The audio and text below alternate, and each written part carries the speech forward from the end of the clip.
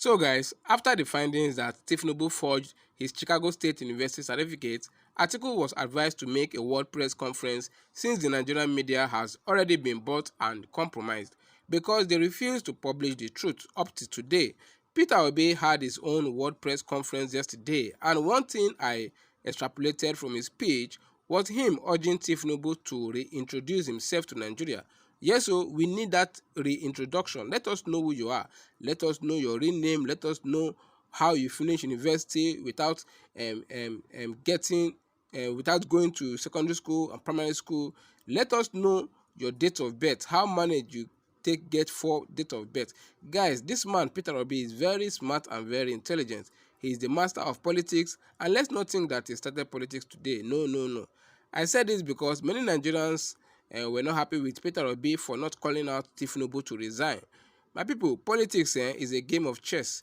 Don't forget that even Atiku Abubakar, who went for the discovery, didn't call for the resignation of Tinubu. So therefore, I believe it is not in Peter Obi's place or Atiku's place to call for Tinubu's resignation because the case is still in court.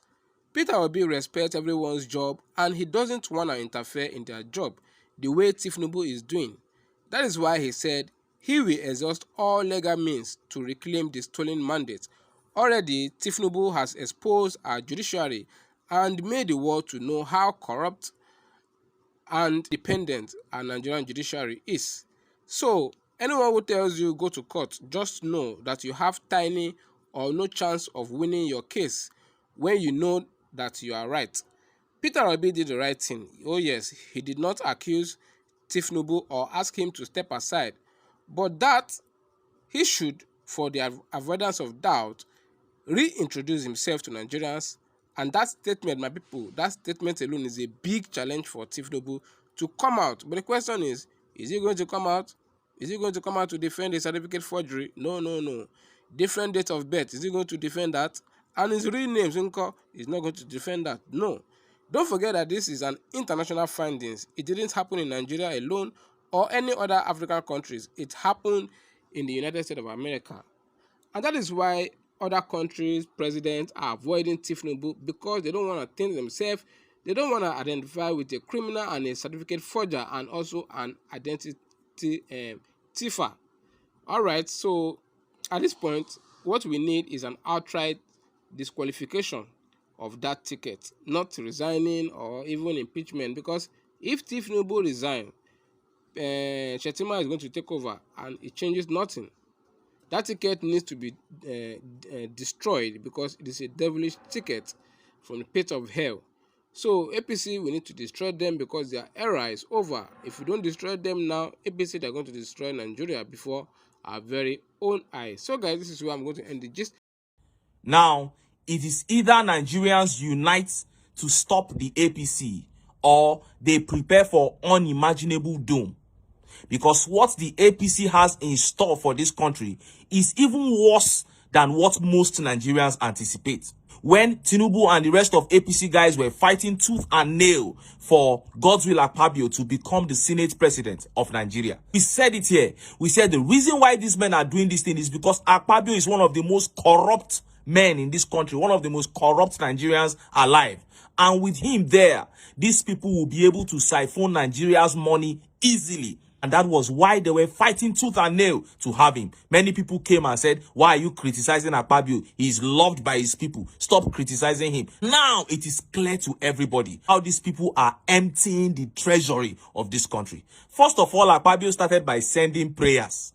I sent prayers to your account. They defended that one. They say it's just 2 million. Now, on the floor of the Senate, right there on the floor of the Senate, a senator stood up and exposed Akpabio.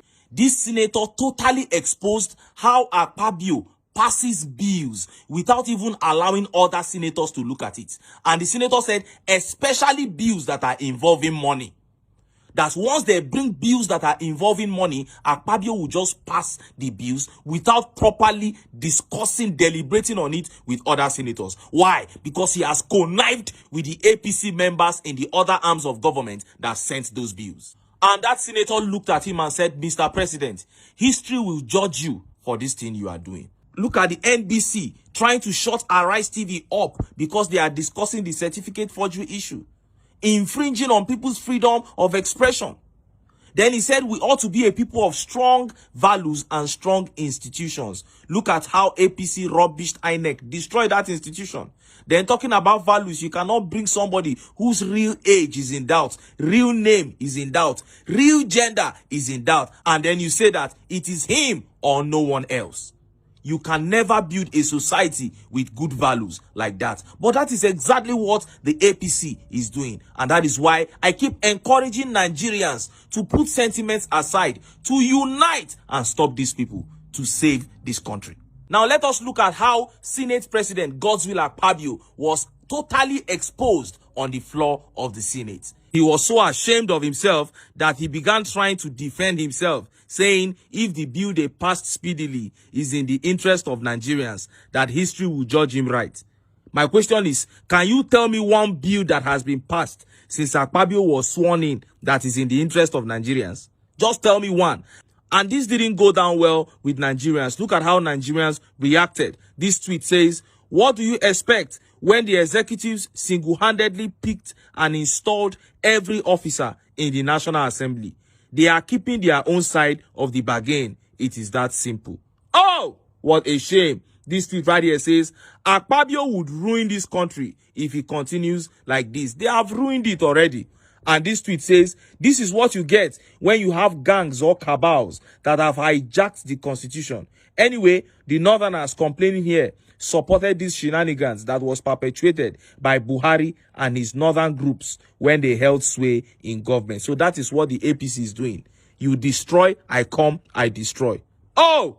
And this tweet right here says, Akpabio will go down as one of the most used Senate presidents. Mark my words. This tweet says, he indirectly acknowledged that the senators were saying the truth. So he has proven many right at last, that he is not actually presiding over the Senate for Nigerians, but rather for the president, stroke the executive branch. He doesn't really care how history judges him. Oh! These men are heartless. And it is such a pity that we have found ourselves in a country like this. These politicians see Nigeria like a mining site. All they want to do is come and dig out the treasures. They don't care about the site.